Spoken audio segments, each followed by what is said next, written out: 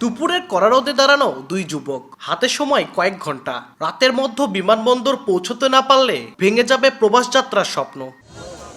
ঈদুল আজহার ছুটিতে গ্রামে এসেছিলেন মালয়েশিয়াতে কর্মরত সুরুজ্জামান ও জহুরুল ইসলাম। হাতে যথেষ্ট সময় নিয়ে বাড়ি থেকে বের হয়েছিলেন দুজন। তবে বিপত্তি বাধে ঠনঠনিয়া বাস কাউন্টারে এসে।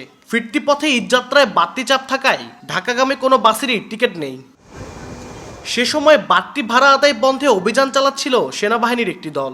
সাহায্যের আশায় তাদের শরণাপন্ন হন দুই প্রবাসী। ঘটনাটি জানার সঙ্গে সঙ্গে এগিয়ে আসেন সেনা কর্মকর্তা লেফটেন্যান্ট আল ফাহাদ। টিয়ার ট্রাভেলস পরিবহনের সঙ্গে আলাপ করে দুপুর 1টা ও দুপুর 2টায় দুই প্রবাসী ঢাকা যাওয়ার ব্যবস্থা করে দেন।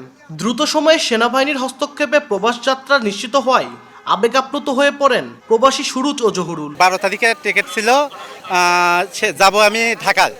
তা টিকিটের খুব ক্রাইসিসের কারণে আমি যাইতে পারছিলাম না। তবে স্যারের সহযোগিতায় আমি টিকিটটা পাইছি, অনেক খুশি আমি। বাইরে যাওয়ার জন্য টিকিট কাটতে আসলাম, টিকিট পাইছিলাম না।